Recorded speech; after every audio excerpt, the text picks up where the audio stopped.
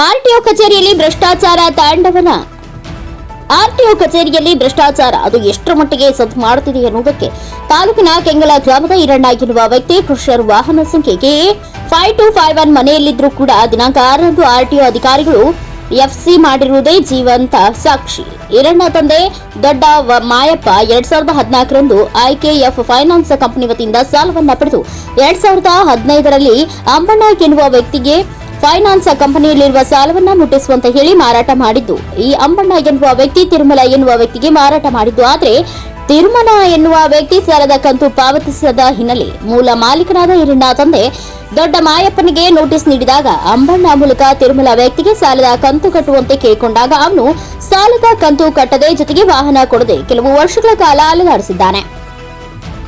ಬಳ್ಳಾರಿ ಪೊಲೀಸರ ಸಹಾಯದಿಂದ ವಾಹನದ ಮಾಲೀಕನಾದ ಈರಣ್ಣ ಆಗಸ್ಟ್ 1ರಂದು ವಾಹನವನ್ನ ತಮ್ಮ ಮನೆಗೆ ತೆಗೆದುಕೊಂಡು ಬಂದಿದ್ದಾನೆ. ಆದರೆ ದಿನಾಂಕ 6ರಂದು ರಾಯಚೂರು ಜಿಲ್ಲಾ ಆರ್ಟಿಒ ಅಧಿಕಾರಿಗಳು ಕೆಂಗಲ ಗ್ರಾಮದಲ್ಲಿ ವಾಹನ ಇದ್ರೂ ಕೂಡ ಎಫ್ಸಿ ಮಾಡಿದ್ದು ನೋಡಿದ್ರೆ ಆರ್ಟಿಒ ಅಧಿಕಾರಿಗಳು ಎಷ್ಟರ ಮಟ್ಟಿಗೆ ಆರ್ಟಿಒ ನಿಯಮವನ್ನ ಪಾಲಿಸುತ್ತಿದ್ದಾರೆ ಎನ್ನುವುದನ್ನ ಪ್ರಶ್ನೆಯಾಗಿದೆ.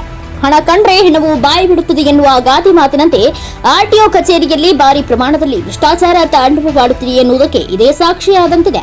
ವಾಹನದ ಮಾಲೀಕ ಈರಣ್ಣ ಮಾತನಾಡಿ, ಆರ್ಟಿಒ ಅಧಿಕಾರಿಗಳು ನಮ್ಮ ಮನೆಯಲ್ಲಿರುವ ವಾಹನಕ್ಕೆ ಯಾವ ರೀತಿ ಎಫ್ಸಿ ಮಾಡಿದ್ದಾರೆ, ನನ್ನ ವಾಹನವನ್ನ ತಪಾಸಣೆ ಮಾಡದ ಏಕಾಏಕಿ ಹೇಗೆ ಎಫ್ಸಿ ಮಾಡ್ತಾರೆ, ಕೂಡಲೇ ಇವರ ಮೇಲೆ ಸರ್ಕಾರ ಕ್ರಮ ಕೈಗೊಳ್ಳಬೇಕು ಎಂದು ಒತ್ತಾಯಿಸಿದ್ರು. Venkatesh Nayak, NKS TV 4 news, Sindhanur. ಬಂದು ಈರಪ್ಪ, ಊರು ಬಂದು ಕೆಂಗಲು, ಇದು ಡಿಸ್ಟಿಕ್ ಬಂದು ರಾಯಚೂರು ಡಿಸ್ಟಿಕ್ಕು, ಸಿಂಧನೂರು ತಾಲೂಕು. ಇದು 2014 ಮಾಡಲು ಗಾಡಿ.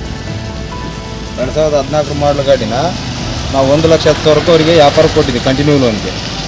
ಅವ್ರು ಕಂಟಿನ್ಯೂ ಲೋನ್ ತಗೊಂಡು ನಾವು EMI ಎಲ್ಲ ಡೈರೆಕ್ಟಾಗಿ ಕಟ್ಕೊಂಡು ಹೋಗ್ತೀವಿ ಅಂತ ಹೇಳಿದರು. ಆ ಒಂದು ಉದ್ದೇಶಕ್ಕೆ ನಾವು ಇದು ಕೊಟ್ಟಿದ್ವಿ. ಈ ಗಾಡಿ ಕೊಟ್ರೆ ಅವರು ಸರಿಯಾಗಿ ಈಗ EMI ಕಟ್ಟಿಲ್ಲ ಈ ಗಾಡಿಗೆ. ಈಗ 5 ವರ್ಷದಿಂದ ಕೇಳಿದ್ರೆ ಎಷ್ಟು ಇನ್ನೂ 90,000 ತಂದಿದ್ರು. ಈಗ ಆ ಬ್ರ್ಯಾಂಚ್ ಇಲ್ಲ, ಇಲ್ಲಿ ಬಳ್ಳಾರಿಯಲ್ಲಿಲ್ಲ, ಅದು ಬಂದು ಇಲ್ಲಿ ಬೆಂಗಳೂರಲ್ಲಿದೆ. ಈ ಗಾಡಿಗೆ ಎಫ್ಸಿ ಇದ್ದಿಲ್ಲ, ಇನ್ಸೂರೆನ್ಸ್ ಇದ್ದಿಲ್ಲ. 2019ರಲ್ಲಿ ಹಿಡಿದು 2024 ಫೆಬ್ರವರಿ ತನಕ ಈ ಗಾಡಿಗೆ ಏನೂ ಇಲ್ಲ, ಎಲ್ಲ ಲ್ಯಾಬ್ಸ್ ಇತ್ತು ಗಾಡಿ. ಇದಕ್ಕೆ ಬೇರೆ ನಂಬರ್ ಹಾಕಿ ಫ್ಯಾಕ್ಟ್ರಿಗೆ ಅಡ್ಡಾಡ್ತಿದ್ರು ಈ ಗಾಡಿ ತೊಗೊಂಡು. ನಾವು ಅಲ್ಲಿಗೆ ಫೋನ್ ಮಾಡಿದ್ರೆ ಅವ್ರು ನೀವು ಕೇಸ್ ಕೊಟ್ಟಿಗೆ ರಿವ್ ಮಾಡ್ಕೊಳ್ಳಿ, ನಾನು ಈ ಗಾಡಿ ನೀವು ತಗೊಂಡೋಗ್ರಿ ಅಂತ ಹೇಳಿದರು. ನಾವು ನೋಡಿದ್ವಿ. ಆಮೇಲೆ ಜಾಸ್ತಿ ಪ್ರೆಜರ್ ಮಾಡಿದ್ರಿಂದ ನಮ್ಮ ಅಂಬಣ್ಣ ಕಟ್ಟಲಿದ್ದ, ಅವಾಗ ಈ ಗಾಡಿಗೆ ಟ್ಯಾಕ್ಸ್ ಇನ್ಸೂರೆನ್ಸ್ ಕಟ್ಟಿದ್ರು. ಗಾಡಿ ಯಾರ ಹೆಸರಲ್ಲಿ? ಆಗ ಗಾಡಿ ದೊಡ್ಡ ಮಾಯಪ್ಪ ಎಂಬವ್ರ ಹೆಸರಿಗಿದೆ ಗಾಡಿಗೆ, ಅಂದ್ರೆ ನಮ್ಮ ತಂದೆಯವ್ರ ಹೆಸರಿಗಿದೆ ಗಾಡಿಗೆ. ಇವರು ಅಲ್ಲಿ ಇದೆಲ್ಲ ಅಮೌಂಟ್ ಕಟ್ಟಿದ ಮೇಲೆ ಈ ಗಾಡಿಗೆ ಎಫ್ಸಿ ಆಗಿದ್ದಿಲ್ಲ. ಎಫ್ಸಿ ಅಂದರೆ ಗಾಡಿ ಫಿಟ್ನೆಸ್ ಅದು. ಆ ಗಾಡಿ ಫಿಟ್ನೆಸ್ ಆಗಿದ್ದ ಕಾರಣ ನಾನು 1ನೇ ತಾರೀಕಿಗೆ ಈ ಗಾಡಿ ತೊಗೊಂಬಂದಿದ್ದೀನಿ ಇಲ್ಲಿ ಮನೆ ಹತ್ರ.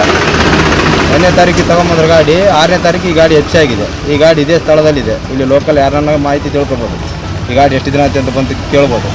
ಇದು ಗಾಡಿ ಇಲ್ಲೇ ಇದ್ದು ಎಫ್ಸಿ ಹೆಂಗೆ ಮಾಡ್ತಾನೆ ರಾಯಚೂರು ಆರ್ಟಿಒ ಎಂಬುದು ನಮಗೊಂದು ಅದೊಂದು ಕನ್ಫ್ಯೂಸ್ ಆಗಿದೆ. ಹಂಗೆ ಎಫ್ಸಿ ಮಾಡೋಕ್ಕೆ ಬರೋಲ್ಲ ಇಲ್ಲಿ, ಅಲ್ಲೇ ಕಾರಣಕ್ಕಾಗಿ. ಇವರು ರೊಕ್ಕ ಎಷ್ಟು ತೊಗೊಂಡಿದ್ದಾರೆ, ಲಂಚ್ ಎಷ್ಟಿಗೆ ತೊಗೊಂಡಿದ್ದಾರೆ, ಬ್ರೋಕರ್ ನಂಬರ್ ಇದೆ ನಮ್ಮ ಹತ್ರ. ನಾವು ಕೇಳಿದ್ರೆ 10,000 ರೂಪಾಯಿ ಅಂತ ಹೇಳಿದ್ದಾರೆ ನಮ್ಮ ಮುಂದೆ. ನಾವೇ ಕಾಂಟ್ಯಾಕ್ಟ್ ಮಾಡಿದ್ವಿ ಅವ್ರನ್ನ. ಅಂದರೆ ಗಾಡಿ ಒಯ್ಲಾರ್ದೇ ಎಫ್ಸಿ ಮಾಡಿದ್ದಾರೆ? ಹ್ಞೂ ಸರ್, ಗಾಡಿ ಇಲ್ಲಿದ್ದು ತೆಗೆದಿಲ್ಲ. 1ನೇ ತಾರೀಕು ಬಂದು ಗಾಡಿ ಇಲ್ಲೇ ನಿಂತಿದ್ದೀವಿ. ಗಾಡಿ ಇಲ್ಲೇ ನಿಂತ ಕಾರಣ ಅವರು ಅಲ್ಲೇ ಎಫ್ಸಿ ಮಾಡಿದ್ದಾರೆ ಈ ಗಾಡಿ. ಅವರು ಎಷ್ಟನೇ ತಾರೀಕಿಗೆ ಎಫ್ಸಿ ಮಾಡಿದ್ದಾರೆ? ನಿನ್ನೆ 6ನೇ ತಾರೀಕಿಗೆ ಎಫ್ಸಿ ಮಾಡಿದ್ದಾರೆ ಗಾಡಿ. ನಿನ್ನೆ ಎಫ್ಸಿ ಮಾಡಿ ನಮಗೆ ಫೋನ್ ಮಾಡಿದ್ದಾರೆ ಅವರು. ಆಧಾರ್ ಕಾರ್ಡ್ ಹಾಕಪ್ಪ, CC ತೆಗಿಬೇಕು ನಾವು ಅಂತಂದು. ಇದು EMI ಕಟ್ಟಿಲ್ಲ, ಆಧಾರ್ ಕಾರ್ಡ್ ತಗೊಂಡು CC ಕೊಡ್ಬೇಕಂತಂದ್ರೆ ನಾವು ಯಾವ ಕಾರಣಕ್ಕೆ ತಗೊಡ್ಬೇಕು?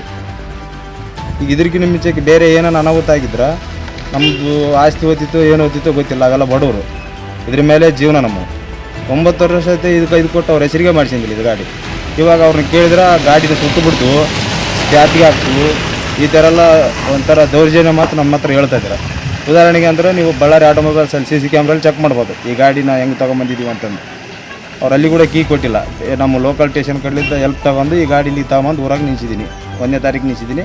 ಇನ್ನು 6ನೇ ತಾರೀಕಿಗೆ ಇಲ್ಲಿದ್ದು ಕೂಡ ಗಾಡಿಯಲ್ಲಿ ಎಫ್ಸಿ ಮಾಡಿದ್ದಾನೆ ನಮ್ಮ ಯಾರೋ ಹೆಂಗೆ ರಾಯಚೂರು ಇನ್ಸ್ಪೆಕ್ಟ್ರು.